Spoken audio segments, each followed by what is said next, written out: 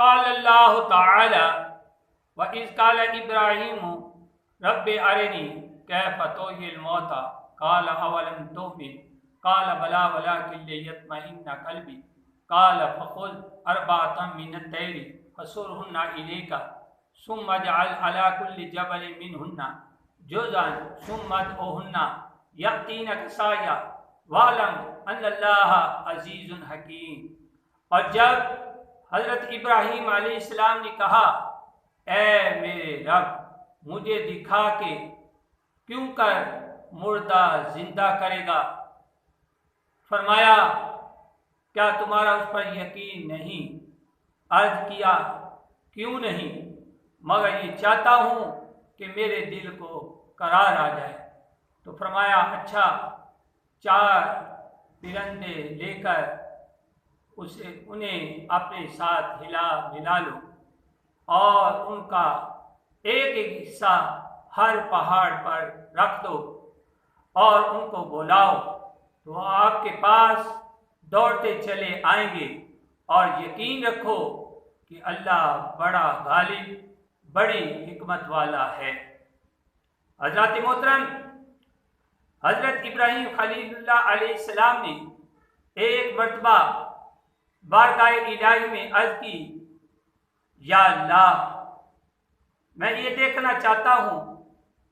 کہ تو مردوں کو کس طرح زندہ فرمائے گا۔ اللہ تعالیٰ جل شانہ نے فرمایا اے ابراہیم کیا تو اس پر ایمان نہیں رکھتا؟ عرض کی کیوں نہیں، میں اس پر ایمان رکھتا ہوں، مگر میری یہ تمنا ہے کہ میں یہ منظر اپنی آنکھوں سے دیکھ لوں تاکہ میرے دل کو قرار آ جائے۔ اللہ تعالیٰ جل شانہ نے فرمایا تم 4 پرندے لے کر ان کو پالو اور خوب کھلا پلا کر اچھی طرح کھلا ملا لو، پھر ان کو ذبح کر کے ان کا قیمہ بنا لو اور اپنے گرد و نواح کے پہاڑوں پر تھوڑا تھوڑا قیمہ رکھ دو اور ان کو اپنے پاس بلا لو تو وہ تمہارے پاس دوڑتے چلے آئیں گے۔ اس طرح تم مردوں کو زندہ کرنے کا منظر اپنی آنکھوں سے دیکھ لو گے اور تمہارے دل کو قرار آ جائے گا۔ تو حضرات محترم،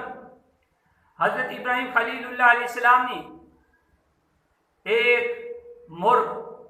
ایک کبوتر، ایک گدھ اور ایک مور، ان 4 پرندوں کو لیا، خوب پالا،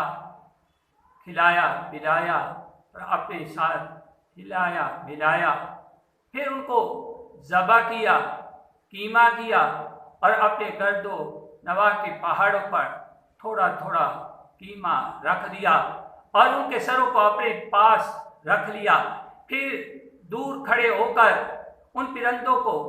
ان کے ناموں سے پکارا یا ایھا الدیک اے مرغ، یا ایھا الحمامہ اے کبوتر، یا ایھا النسر اے گدھ، یا ایھا الطوس اے مور۔ تو آپ کی پکار پر ایک دم پہاڑوں سے گوشت کا قیمہ اڑنا شروع ہو گیا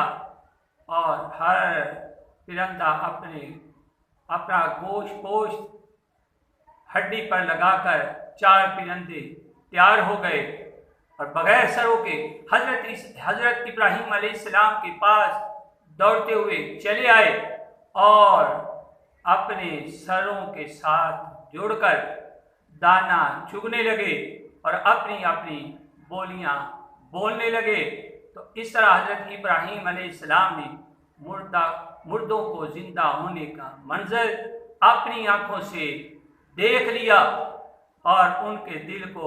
قرار و اطمینان آ گیا۔